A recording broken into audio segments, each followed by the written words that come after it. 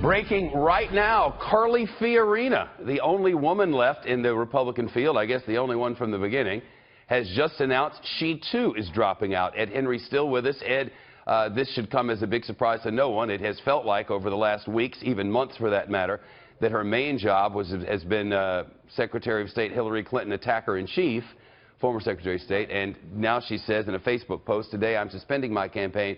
My full statement is here on Facebook. If you want to go see it, you can go see it." But from the category of things that are not surprising but really weren't expected at this moment, we bring you that.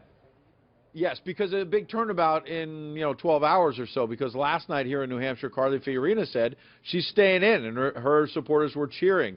She was in the single digits, but she was hopeful that maybe down south she would keep this going, but abruptly here announcing she's not going to keep it going. I think what it means more than anything when you hear that on top of the news of Chris Christie apparently suspending his campaign, as you noted at the top, this field is winnowing, and there are going to be Republicans around the country saying, good. No offense to Carly Fiorina or Chris Christie, but there has been a frustration from some grassroots Republicans around the country saying there's simply been too many people on the stage, and for the people who want to stop Donald Trump, they want to see an establishment candidate, folks coalesce around someone, and the people who are supporting Donald Trump, big victory here in New Hampshire last night, they're saying get some of these other folks out of the way to see whether Donald Trump can trample the rest of the field, Chip.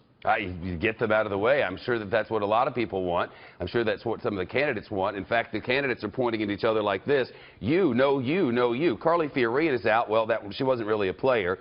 Chris Christie had faded into irrelevance, except as suicide bomber, as described by David Cantonese. The rest of them, though, they cause problems if what you're talking about is an establishment lane, for the obvious reason that you have Donald Trump and then you have everyone else, and everyone else has split everything up. Donald Trump has not shown he can get more than 34%. 34% does not win a head-to-head. Right, and let me give you a nugget that I picked up from top aide to Chris Christie last night here in New Hampshire, who was saying, look, in their internal polls, they found out that something like for Donald Trump supporters, 40% said their second choice was Chris Christie. So this was an internal poll that the Christie camp had done, I'm told, that said, look, if Donald Trump were not in this race, they believe Chris Christie would have knocked it out of the park last night. But the reality is Donald Trump is here. He's here to stay. And for folks like Chris Christie, there was just not enough oxygen in this race. The other thing is we don't want to overstate money, because if money was everything, Jeb Bush would be running away with this, given what his super PAC has spent. That hasn't worked for him. He's still in the race, but he's not at the top of the heap. Nonetheless, Bernie Sanders, as we noted a moment ago, has the fuel to keep on going. Carly Fiorina, Chris Christie, if you're just not placing anywhere, your donors are going to dry up real fast, Chef. But Marco Rubio and Jeb Bush, should one of those two decide to not go further, then you would think that those voters would have to go somewhere. Yes, and that's going to be the question.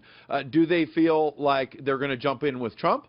Do they feel like, no, Ted Cruz, all of a sudden, who's really kind of an iconoclastic fellow who's not very popular in Washington, will all of a sudden some of the establishment guys go to him, Chip? Well, we'll find out. Continuing coverage on what is now